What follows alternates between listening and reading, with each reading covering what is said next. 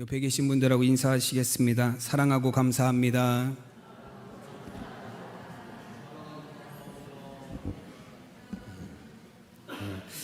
오늘은 추수감사주일입니다. 올 한 해 베풀어 주신 그 하나님의 은혜를 기억하며 또 하나님 앞에 감사를 드리는 귀한 시간 되시기를 바랍니다.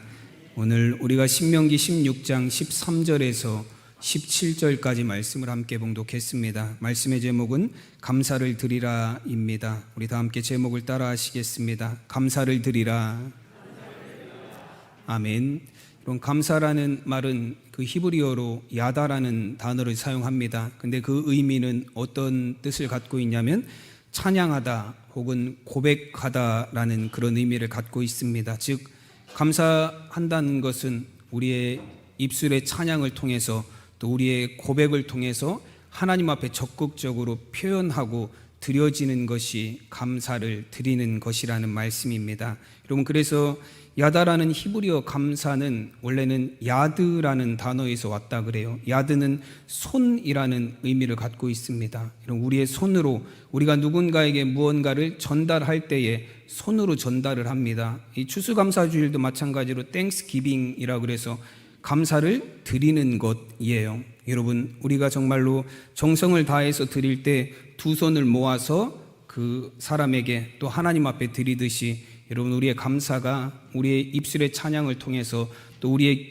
입술의 고백을 통해서 또 우리의 손으로 드릴 수 있는 귀한 예물을 통해서 하나님 앞에 온전하게 드려지는 그런 감사가 되시기를 간절히 축원합니다. 여러분, 제가 추수감사주일만 되면 생각나는 게 있어요. 여러분, 추수감사주일은 항상 우리 고3 수험생들, 이제 대입을 준비하는 수험생들의 그 수학능력 시험을 앞뒤로 있습니다. 거의 추수감사주일이 11월 셋째 주일이기 때문에요. 수학능력 시험이 항상 추수감사주일 거의 전 그 목요일에 자리 잡고 있어요. 그래서 그 수학능력 시험 때가 되면, 추수감사주일 때가 되면 수학능력 시험이 생각이 나요. 제가 특별히 생각이 나는 수학능력 시험이 언제였냐면 2017년도에 수학능력 시험이 있었습니다. 근데 그때 2017년도에 수학능력 시험이 그 시험 바로 전날 그 포항에서 지진이 났어요. 진도 5.4의 지진이 나는 바람에 시험 전날 수학능력 시험이 일주일 연기가 된 적이 있습니다. 학생들이 다 이제 수능 시험을 보는 학생들은 수능 시험을 보기 전날 이제 예비 소집이라고 그래서 이제 소집을 하고 이제 그날 하루는 시험 공부에서 해방이 되어서 아마 시험을 준비하는 날이에요. 그래서 그날 여러 가지 기사들이 시험이 이제 일주일 연기된다는 그런 결정이 바로 수능 시험 전날 나고 나서 여러 가지 기사들이 이제 저녁 때가 되니까 쭉 나오더라고요. 그 중에 나왔던 뉴스들 중에 이런 뉴스들이 있었습니다. 어떤 학생은 고3 수험생인데 이제 예비 소집 갔다가 와서 이제는 공부할 일이 없잖아요. 수능 시험을 마치면 더 이상 고등학교 때 공부한 거를 돌아볼 일이 없어요. 그래서 그 학생은 자기가 여태까지 공부해왔던 책들을 다 갖다 버렸대요. 네. 이제는 내일 시험 보면 끝이니까 필요 없다 그래서 다 갖다 버렸다는 거예요. 근데 갑자기 일주일이 연기가 되니까 자기가 버렸던 책을 다시 가서 주워오느라고 고생했다고 그런 기사가 있었어요. 또 어떤 사람은 군인인데요. 이 군인은 이제 수능 시험 날짜에 맞춰서 휴가를 나와서 이제 수능 시험을 보고 이제 대학에 진학하려고 이제 아마 말년 병장이었던 것 같아요. 이제 수능 시험 보고 내년에는 대학을 진학을 해야지라는 생각을 갖고 수능 시험 전에 휴가를 딱 나와서 시험을 치르려고 그랬는데 일주일이 연기가 되는 바람에 휴가가 끝나서 다시 복귀를 해야 돼서 수능 시험을 치르지 못하게 됐다라는 기사도 있었어요. 또 어떤 기사는 어떤 고3 여학생은 수능 시험이 끝나고 주말에 쌍꺼풀 수술을 하려고 성형외과 예약을 해놨는데 수능이 일주일 연기되는 바람에 예약을 취소했다는 그런 기사도 있었습니다. 여러분, 우리는 상상할 수 없는 일이에요. 어떻게 수능 시험이 바로 전날 일주일이나 연기될 것을 우리가 생각할 수 있겠습니까? 우리의 주변에는, 우리의 삶에는 우리가 생각하지 못하고 또 우리가 계획하지 않았던 일들이 벌어지게 되어 있습니다. 정말 우리의 삶이 평범하게 흐르는 것, 그것이 얼마나 감사한 일인지 모릅니다. 놀라운 일들이 우리의 삶에 일어나는 것, 우리의 질병이 고침받고 치유가 되고 정말 기적이 일어나는 것도 감사한 일이지만, 여러분, 우리의 삶이 평범하게 흘러갈 수 있다라는 것, 여러분, 그것은 하나님께서 우리에게 주시는 놀라운 은혜입니다. 5년 전만 되돌아봐도 우리의 삶에 정말로 예기치 못한 일들로 인해서 많은 어려움이 있었던 것들을 우리가 볼 수 있어요. 여러분, 올해 수능을 이렇게 치르는 학생들을 위해서 기도하면서 드는 생각이 그거였습니다. 올해는 수능을 이렇게 잘 치르게 하신 하나님의 은혜를 감사합니다 라는 생각이었습니다. 여러분, 날마다 우리의 삶 속에서 하나님께서 우리의 삶을 한 걸음 한 걸음 인도해 나가시는 그 삶 속에서 하나님의 은혜를 경험하고 또 발견하고 감사할 줄 아는 저와 여러분이 되시기를 간절히 축원합니다. 오늘 우리가 함께 봉독한 신명기 16장 13절에서 17절까지의 말씀은 이제 추수감사주일 모태가 된 추수감사주일의 유래에 관한 말씀을 기록하고 있어요. 여러분, 이스라엘 백성들은 하나님께서 초막절이라는 절기를 주셔서 지키게 하셨습니다. 그리고 그 초막절이 바로 오늘 우리가 지키는 추수감사주일이에요. 이 초막절에 담겨져 있는 의미는 무엇이냐면 하나님의 은혜를 기억하라는 거예요. 여러분, 초막절뿐만이 아닙니다. 맥주감사주일이라든지 우리가 부활절이라든지 성탄절이라든지, 여러분, 우리가 지키는 모든 절기의 의미는 무엇이에요? 하나님의 은혜를 기억하라라는 거예요. 여러분, 하나님의 은혜를 기억하는 삶이 되게 하시기 위해서 하나님께서 우리에게 절기들을 주셨습니다. 특별히 추수감사주일에도 하나님의 은혜를 날마다 기억하고 감사하는 삶을 살게 하시려고 우리에게 귀한 절기를 주셨어요. 오늘 16장 13절 말씀해 보시면 너희 타작마당과 포도주 틀의 소출을 거두어 들인 후에 이레 동안 초막절을 지킬 것이요 라고 말씀합니다. 여러분, 추수감사절의 유래를 찾아보면 초막절에서 발견할 수가 있어요. 초막절이란 이스라엘 백성들이 광야에서 40년 동안 이제 광야에서 사막에서는 집을 짓고 살 수가 없잖아요. 왜냐하면 계속해서 이동하는 삶을 살았기 때문에 이스라엘 백성들이 집을 짓고 사는 삶이 아니라 초막을 메고 다니는 삶을 살았어요. 그래서 구름이 멈추는 곳에서는 메고 있던 천막을 펼쳐서 거기서 지내다가 구름이 다시 떠오르면 천막을 다시 다 접어서 등에 다시 메고 거기서 광야 길을 걸어갔습니다. 이스라엘 백성들 40년 삶은 그 초막에서 살아가는 삶이었어요. 여러분, 그래서 하나님께서 그 초막에 이제 이스라엘 백성들이 이제는 더 이상 초막에 살지 않아도 되는 광야를 벗어난 가나안에 들어가서 사는 삶을 살았지만, 그럼에도 불구하고 하나님이 절기를 일주일 동안 정해주셔서 너희가 초막을 짓고 거기서 생활하라는 그런 절기를 주셨습니다. 그 초막절에 담겨져 있는 의미는 무엇이냐면 광야에서 하나님이 너희들에게 베풀어 주신 은혜를 잊지 말라라는 거예요. 여러분, 레위기 22장 43절 말씀해 보시면 이렇게 말씀합니다. 이는 내가 이스라엘 자손을 애굽 땅에서 인도하여 내던 때에 초막에 거주하게 한 줄을 너희 대대로 알게 함이니라. 나는 너희의 하나님 여호와이니라 말씀합니다. 여러분, 하나님께서 광야에서 너희에게 40년 동안 베푸신 은혜, 너희가 초막에 거주하면서 살 때에 너희가 광야에서 먹을 것 없이 마실 것 없이 잘 곳 없이 그 뜨거운 태양 아래서 지내던 그때에 너희에게 만나로 먹여주시고 반석에 물이 나게 하셔서 너희의 목마름을 채워주시고 구름기둥과 불기둥으로 40년 너희의 걸음걸음을 인도하여 주신 그 하나님의 은혜를 너희가 지금도 기억하는 삶을 살아라. 그리고 너희뿐만 아니라 너희 후손 대대로 하나님이 베푸신 은혜를 너희가 항상 기억하여야 할 것이다 라고 말씀하십니다. 여러분, 이 초막절을 지키는 때가 하필이면 언제이냐면 여러분, 추수하고 난 다음이에요. 오늘 13절 말씀을 다시 보시면 너희 타작마당과 포도주 틀의 소출을 거두어 들인 후에 이레 동안 초막절을 지킬 것이요 라고 말씀합니다. 여러분, 이제 가을 추수가 끝나서 가장 풍성한 때예요. 곡식들을 거두어 들여서 창고에 곡식들을 저장해 놓았습니다. 그래서 초막절을 다른 이름으로는 수장절이라고 표현하기도 해요. 이렇게 창고에다가 많은 곡식을 거두어서 쌓아놓은 때라는 의미를 갖고 있어요. 여러분, 가장 풍성한 때에 가장 기름진 것으로 배불리 먹고 살 수 있는 그때에 하나님께서는 이스라엘 백성들에게 초막으로 나가라고 하셨어요. 여러분, 지금 우리가 살아가는 시대도 그렇지 않습니까? 가장 풍성한 때가 언제냐면 추수하고 난 다음에가 우리의 생활이 가장 풍성하고 부요할 때가 추수한 이후예요. 그래서 우리도 추석 명절을 지키면서 우리 어른들이 하시는 말씀이 뭐냐면 더도 말고 덜도 말고 언제만 같아라 그러시죠?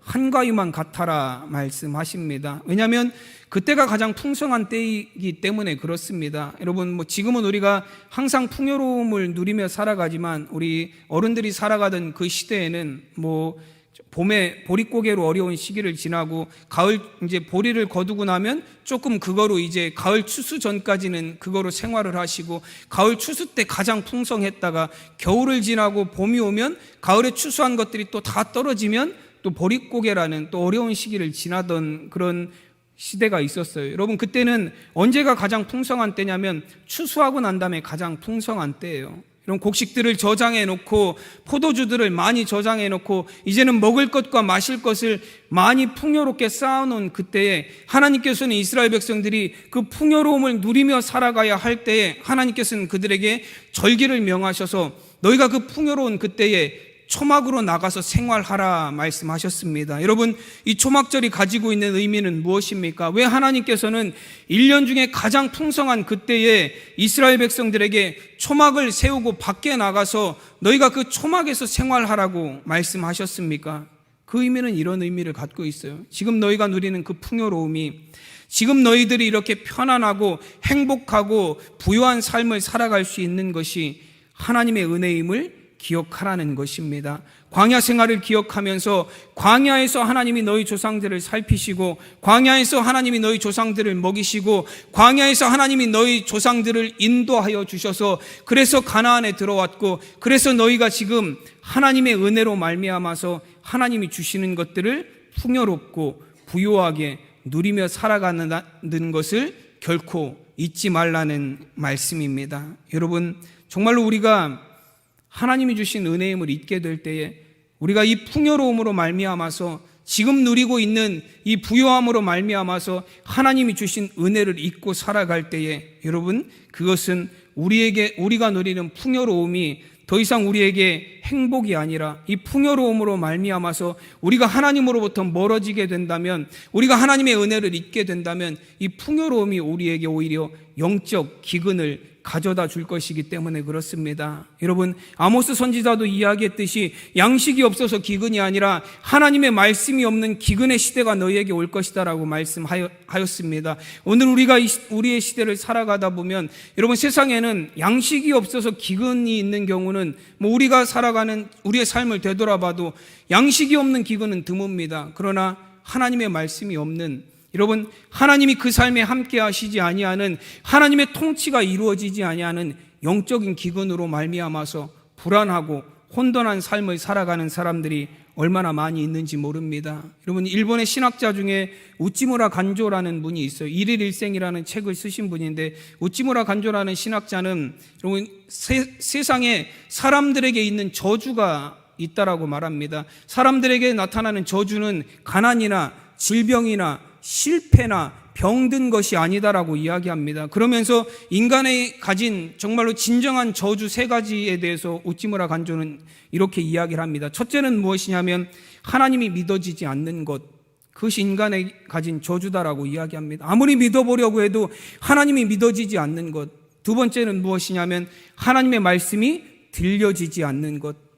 이런 귀로 듣는 걸 이야기하는 것이 아니라 하나님의 말씀을 들어도 그 말씀이 결코 은혜가 되지 않고 깨달아지지 않는 상태라고 합니다. 그리고 마지막으로 인간의 저주 3번째는 감사하지 않는 삶을 살아가는 것.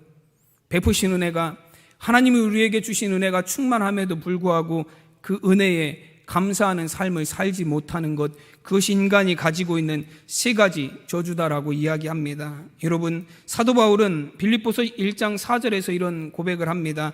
내가 너희를 생각할 때마다 감사하고 기도할 때마다 기쁨으로 간구한다라고 고백합니다. 여러분, 사도 바울은 빌립보 성도들에게 편지를 쓸 때 그 상황은 로마 감옥에 갇혀 있는 상황이었습니다. 그때 로마 감옥 안에 있는 사도 바울이 감옥 밖에 있는 사람들을 생각하면서 감사하고 기뻐한다라는 고백을 하고 있습니다. 여러분, 사도 바울의 이 고백 안에 담겨져 있는 의미는 무엇이냐면, 우리가 감사하고 기뻐하는 것은, 우리가 정말로 감사를 표현하고 기뻐하는 삶을 살아가는 것은 우리의 상황과 환경과 여건에 달려있지 않다라는 것을 보여주고 있습니다. 여러분, 우리가 정말로 감사하고 기뻐할 수 있는 것은 하나님의 은혜가 우리 안에 충만할 때 기쁨과 감사의 삶을 살아갈 수 있어요. 여러분, 빌립보서 1장 7절에서 바울이 뭐라고 고백을 하냐면, 이제 새번역 성경으로 보면 이런 고백을 하고 있습니다. 여러분, 모두는 내가 갇혀 있을 때나 복음을 변호하고 입증할 때에 내가 받은 은혜에 동참한 사람들입니다 라고 고백을 합니다. 여러분, 사도 바울이 감옥 안에서도 감사할 수 있었던 이유는, 사도 바울이 감옥 안에서도 자신이 기뻐하고 있다라고 표현할 수 있었던 이유는 무엇이냐면, 그가 하나님의 은혜를 받은 사람이기 때문입니다. 그래서 바울은 내가 받은 은혜에 당신들도 동참하고 있습니다 라고 표현하고 있는 거예요. 내가 은혜 받은 사람이기 때문에, 내가 하나님의 은혜를 충만히 받은 사람이기 때문에, 하나님의 은혜가 내 삶에 넘쳐나기 때문에 나는 감옥에서도 내 상황과 여건은 그런 일을 할 수 없는, 감사할 수 없는 여건임에도 불구하고 하나님 앞에 감사를 올려드리고 기쁨이 내 삶을 가득 채우고 있습니다 라고 고백합니다. 여러분, 우리 안에 하나님의 은혜가 있을 때, 우리가 은혜 받은 삶을 살아갈 때, 여러분, 우리의 삶을 통해서 하나님 앞에 진정한 감사의 고백이 드려질 줄로 믿습니다. 여러분, 똑같은 상황과 환경에서도 어떤 사람은 감사하지만 어떤 사람에게는 그것이 불평인 경우들이 많이 있어요. 제가 예전에 이제 부목사로 심우할 때에 그 교회 두 분이 나오셔서 매주일 나오셔서 꽃꽂이를 하셨어요. 이제 토요일이 되면 꽃꽂이를 하셨습니다. 저는 이제 꽃꽂이를 하시면 이제 뭐 같이 가서 이제 뭐 나오는 쓰레기들도 청소하고 또 정리하고 했었어요. 근데 이제 그날은 그 주로 꽃꽂이의 재료가 뭐였냐면 장미꽃이 꽃꽂이의 재료였습니다. 여러분, 장미꽃에는 뭐가 있죠? 네, 가시가 있어요. 장미꽃에는 가시가 많이 있습니다. 근데 장미꽃을 가지고 두 분이 이렇게 꽃꽂이를 하시다가 한 분이 장미꽃 가시에 찔리셨어요. 뭐 하시다 보면 뭐 찔리는 일들이 자주 있을 거예요. 찔리니까 이분이 뭐라고 얘기하셨냐면, 아따거 하시면서 왜 장미꽃에 가시가 있어가지고 라고 얘기하셨어요. 네. 왜 여기 장미꽃에 가시는 있어가지고 찔리게 하냐 뭐 하는 자신의 통증에 대한 어떤 호소, 불평이셨겠죠. 그랬더니 그 옆에 계신 분이 그 얘기를 듣고 이렇게 얘기하셨어요. 장미꽃에 가시가 있는 게 아니라 가시나무에 꽃이 있는 거라고. 네. 돌려 생각해보면 그럴 수도 있다라고 생각을 합니다.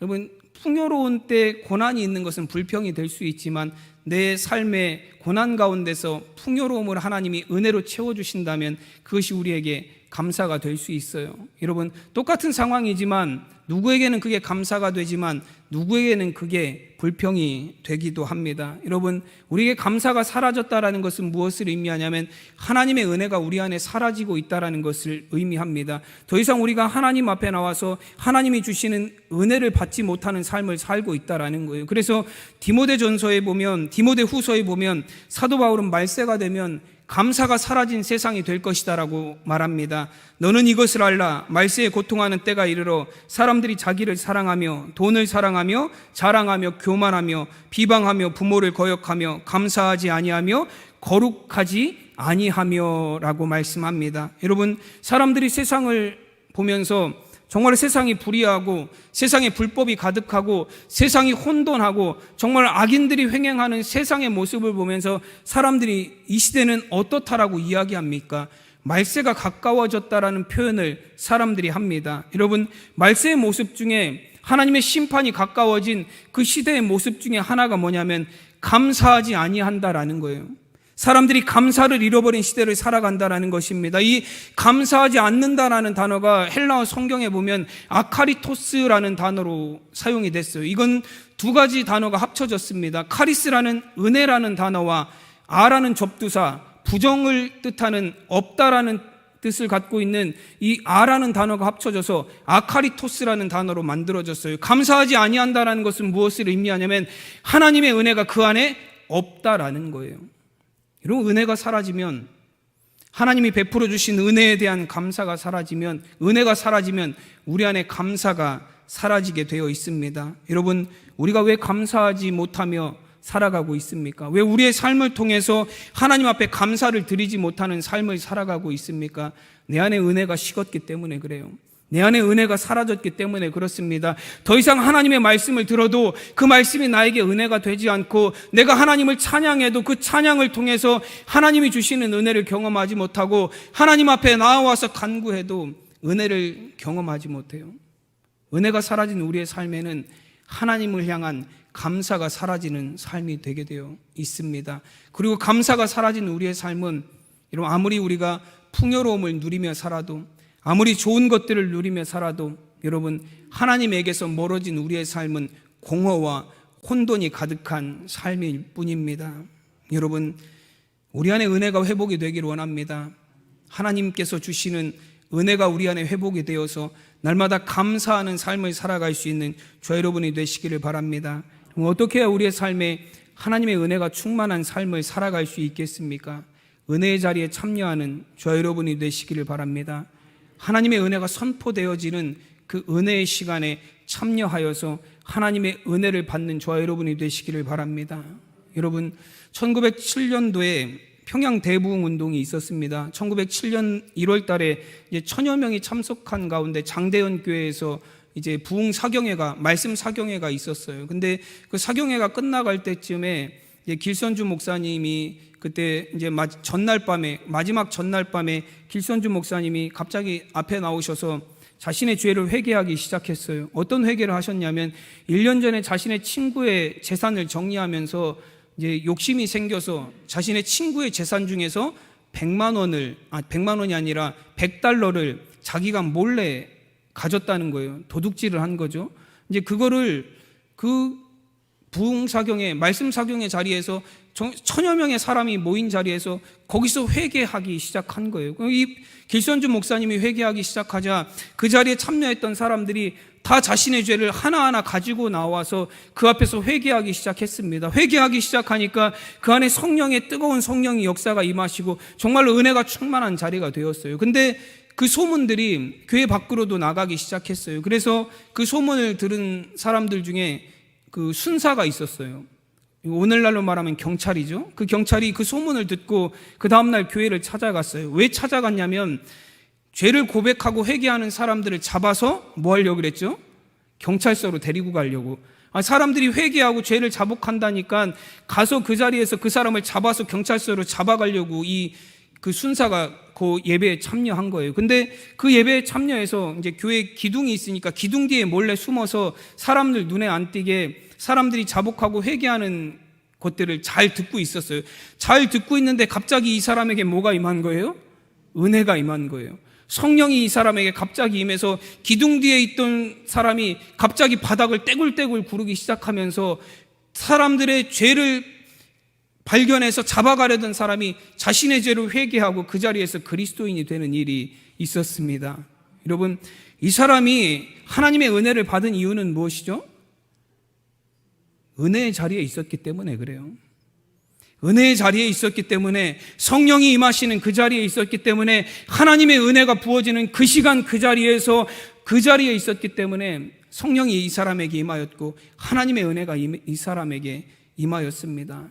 코로나19로 인하여서 많은 교회들이 예배의 어려움을 겪고 있어요. 여러분, 저는 예배의 어려움을 겪고 있는 것이 문제가 아니라 정말로 많은 사람들이 하나님의 은혜의 자리에 나와서 하나님의 은혜를 경험하고 감사하는 삶을 살아야 되는데, 여러분, 은혜 받지 못하는, 은혜의 자리에 참여하지 못하는 성도들이 은혜를 잊어버린 삶, 감사를 잃어버린 삶, 그로부터 하나님으로부터 멀어진 삶을 살게 되는 게 정말 우리 신앙이 얼마나 위험한 일인지, 여러분, 그것이 정말로 안타깝게 생각이 됩니다. 여러분, 하나님은 우리가 하나님의 은혜를 받기를 원하십니다. 민수기 6장 25절 말씀에 보면, 여호와는 그의 얼굴을 내게 비추사 은혜 베푸시기를 원하시며 라고 말씀합니다. 여러분, 하나님은 우리에게 은혜를 베풀어 주시기를 원합니다. 그래서 하나님께서는 우리에게 은혜의 자리를 항상 배설해 주십니다. 여러분, 우리 교회에도 보면 예배 시간이 굉장히 많이 있습니다. 코로나19로 인해서 한동안 예배들이 제대로 드려지지 않았지만 오늘 오후부터는 오후 예배가 시작이 됩니다. 그리고 수요 저녁 예배도 이제 12월 달부터는 시작이 됩니다. 아마 금요 기도회도 내년부터는 시작하려고 생각하고 있습니다. 그리고 매일 아침마다 또 새벽 예배도 드려요. 여러분, 어떤 분들은 그렇게 생각하실 것 같아요. 뭔 예배가 그렇게 많냐고. 그렇죠? 한 번만 드리면 되는 거 아니냐. 뭔 예배가 그렇게 시간마다 예배가 있고 매일매일 예배가 있고 주일날도 한 번만 예배 드리면 새벽 예배, 일부 예배, 2부 예배, 아동부 예배, 중고등부 예배, 청년부 예배, 오후 예배 이르기까지, 그리고 그것만 끝나는 게 아니라 나중에 또 성경 공부도 하고 제자 훈련도 하고 그렇게 많이 모여서 뭐 하느냐, 그런 생각을 할 수도 있어요. 여러분, 그러나 정말 하나님께서 우리에게 시간 은혜의 자리를 준비하여 주시는 줄로 믿습니다. 여러분들이 하나님의 은혜를 사모하는 마음으로 예배에 참여하여서 하나님이 주시는 은혜를 받으시기를 바랍니다. 하나님, 우리의 마음이, 우리의 심령이 하나님이 주시는 은혜로 가득 채워지게 될 때에 여러분, 우리의 은혜를 통해서 진정한 감사를 하나님 앞에 올려드릴 수 있습니다. 우리가 하나님 앞에 드릴 진실된 감사는 하나님이 베풀어 주시는 은혜로 말미암아 우리의 입술을 통해서, 또 우리의 찬양을 통해서, 우리의 손길을 통해서 하나님 앞에 드려지게 될 것입니다. 여러분, 감사가 없는 우리의 삶은 정말로 위험한 삶이에요. 우리가 가난한 게 위험하다고 생각하고 병든 것이 위험하다고 생각하고 우리의 실패가 위험하다고 생각하지만 감사를 잃어버린 우리의 삶은 정말로 신앙적으로 위험한 삶입니다. 미국에서는 추수감사절을 지낼 때마다 이제 미국의 대통령이 그 국민들에게 감사 메시지를 전합니다. 우리나라의 추석 명절, 설 명절처럼 미국에서는 추수감사주일이 가장 큰 명절이에요. 그래서 11월 넷째 주일 목요일부터 목금토 주일까지는 4일 동안 추수감사 휴가예요. 미국 사람들은. 그때는 이제 대통령이 나와서 그 추수감사 주일에 메시지를 하는데요. 제가 미국의 26대 대통령이었던 시어도 루즈벨트 대통령이 추수감사 주일에 이런 감사 메시지를 백성들에게, 국민들에게 전한 적이 있습니다. 그 내용을 잠깐 읽어드리면요, 이런 내용이에요. 험하고 고통스러운 시대에 초라한 경제력을 가졌던 우리 조상들에 비하면 지금 우리는 훨씬 편하고 풍요로운 시대에 살고 있습니다. 그러나 오늘날 미국의 위기는 좋은 것을 주신 하나님께 감사하지 않는 데 있습니다. 이게 미국 대통령이 미국 국민들을 대상으로 했었던 얘기예요. 무엇이 우리나라의 위기냐면, 정말 우리나라의 가장 큰 위기는 무엇이냐면 풍요로움을 주시고 좋은 것을 주신 하나님에 대한 감사를 잃어버린 것이다라고 이야기합니다. 여러분, 전쟁이 위기가 아니라, 가난이 위기가 아니라, 정말로 경제적 어려움이 위기가 아니라 우리에게 베풀어 주신 감사를 잃어버린 것, 은혜를 잃어버린 것, 그것이 정말로 우리에게 가장 큰 위기다라고 말합니다. 여러분, 하나님의 사람들이, 하나님의 백성들이 하나님을 향한 감사를 잃어버렸다는 것은 우리 안에 하나님의 은혜가 사라지고 있다는 것을 의미합니다.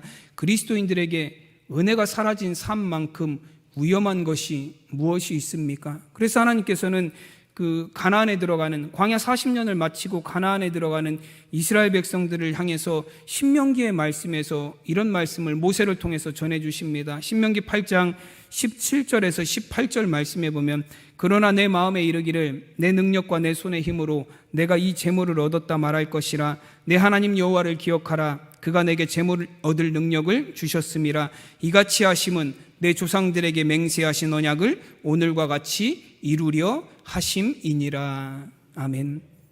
여러분, 17절 말씀이 내가 마음에 이르기를 이라는 구절이 있어요. 근데 이게 개역 한글판, 개역 개정 말고 그 이전의 성경 개역 한글판에 보면 이 구절이 뭐라고 번역이 되어 있냐면 또 두렵건대라고 되어 있습니다. 두렵건대, 내 능력과 내 손의 힘으로 이것을 얻었다 말할까 두렵다라는 거예요. 여러분, 하나님께서는 이제 가나안 땅에 들어가는 이스라엘 백성들을 향해서 그들이 가나안 땅에 들어가서 어떻게 살 것인지, 너희가 정말로 두려워해야 될 것이 무엇인지에 대해서 하나님이 말씀하여 주시는 거예요. 너희가 들어갈 가나안 땅에 7 족속이 살고 있다는 것이 너희의 두려움이 될 것이 아니다라는 겁니다. 그들이 아낙 자손 거인들이 거기에 살고 있어서 그것 때문에 너희가 두려워할 것이 아니다라고 말씀하시는 거예요. 그 땅에 풍토병과 전염병과 자연 환경으로 인해서 너희가 두려워할 것이 아니다라고 말씀하십니다. 너희가 정말로 두려워해야 될 것은 그 땅에서 풍요를 누리게 살게 되고, 그 땅에서 아름다운 집을 짓고 살게 되고, 그 땅에서 너희의 소와 양이 번성하게 되고, 그 땅에서 너희의 은과 금이 증식될 때에 하나님의 은혜를 잊어버리고 내 손의 능력과 내 힘의 능력으로 마치 내가 이 모든 것을 내가 노력해서 얻은 것처럼 교만하여서 하나님을 잊게 되는 것, 그것이 정말로 너희가 두려워하고 경계해야 될 일이다라고 말씀합니다. 여러분, 정말로 우리의 삶에 하나님께서 은혜를 베풀어 주셔서 우리가 이렇게 지금 풍요로움을 누리며 살게 하여 주셨습니다. 그러나 이 풍요로움에 취해서 우리가 하나님을 잊게 된다면, 우리의 삶이 하나님으로부터 멀어지게 된다면, 여러분, 이 풍요로움은 우리에게 축복이 아니라 우리를 멸망의 길로 이끌어가는 저주가 될 뿐입니다. 여러분, 그래서 하나님께서 이스라엘 백성들에게 초막절을 지키게 하셨어요. 가장 풍성한 때의 초막절을 지키게 하셨습니다.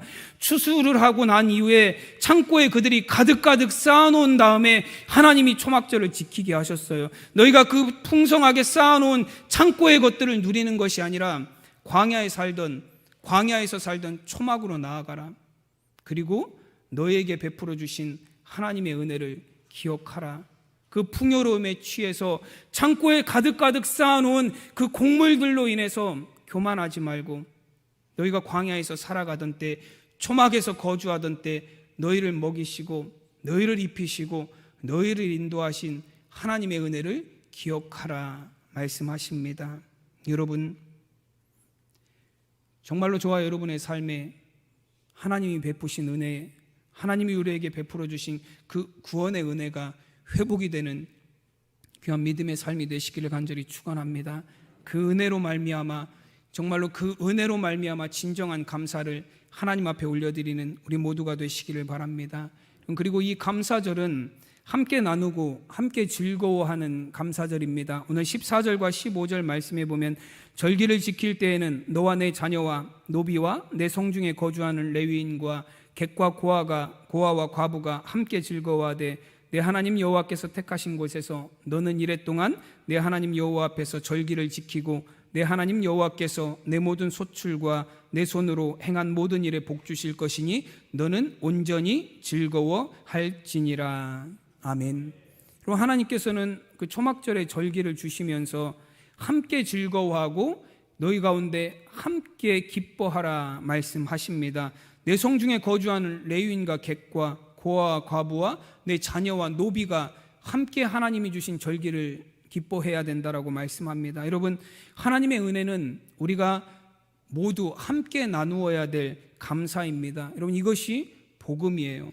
로마서 1장 16절 말씀에 보면, 내가 복음을 부끄러워하지 아니하노니 이 복음은 모든 믿는 자에게 구원을 주시는 하나님의 능력이 됨이라. 먼저는 유대인에게요, 그리고 헬라인에게로다 말씀하십니다. 여러분, 유대인에게나 헬라인에게나 하나님의 복음은 구원을 주시는 차별 없는 능력이 된다라고 말씀하십니다. 여러분, 하나님께서는 이스라엘 백성들에게 감사의 절기를 지키면서 성중에 거주하는 모든 사람들이 함께 하나님이 주신 그 절기를 즐거워하라고 말씀하셨어요. 14절 말씀을 다시 한번 보시면, 그 말씀의 9절에 보면 내 자녀와 노비, 레위인과 객이라는 표현이 있습니다. 여러분, 내 자녀와 노비를 같은 선상에 놓으라는 거예요. 레위인과 객들을 너희가 따로 구분하지 말라라는 겁니다. 여러분, 내 자녀와 우리 집에 있는 종을 어떻게 똑같이 취급할 수 있습니까?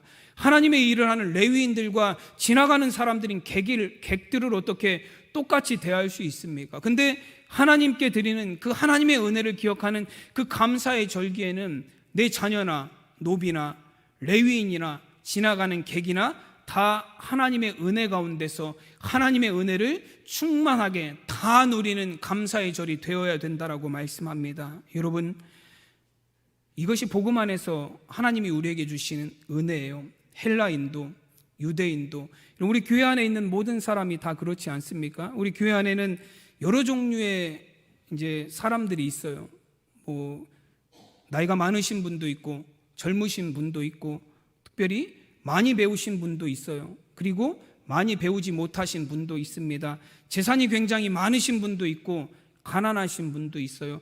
건강한 사람도 있지만 병든 사람도 있습니다. 여러분, 그러나 우리 안에 이런 많은 종류의 사람들이 있지만 하나님의 구원의 복음은 우리에게 어떻게 적용이 되죠? 다 똑같이, 차별이 없이 우리 모두에게 주시는 하나님의 은혜입니다. 부자라고 그래서 구원받는 것 아니고, 가난하다 그래서 구원받지 못하는 것 아니에요. 건강하다 그래서 구원받는 것 아니고, 병들었다 그래서 구원받지 못하는 것 아닙니다. 많이 배워서 많이 안다고 구원받는 것도 아니고, 배우지 못했다 그래서 구원받지 못하는 것도 아니에요. 여러분, 하나님의 구원의 은혜는 모든 믿는 자에게 주시는 하나님의 놀라우신 선물이고 은혜입니다. 여러분, 복음은 헬라인에게나 유대인에게나 차별이 없어요. 야만인에게나 이방인에게나 차별이 없는 것이 하나님의 복음입니다. 여러분, 우리는 그 복음 안에 하나 된 하나님의 자녀들입니다. 우리가 모두 함께 하나님 앞에 정말 하나님이 주신 은혜 가운데 온전히 하나 되며 함께 감사의 은혜를 누리는 우리 모두가 되시기를 간절히 축원합니다. 기도하겠습니다.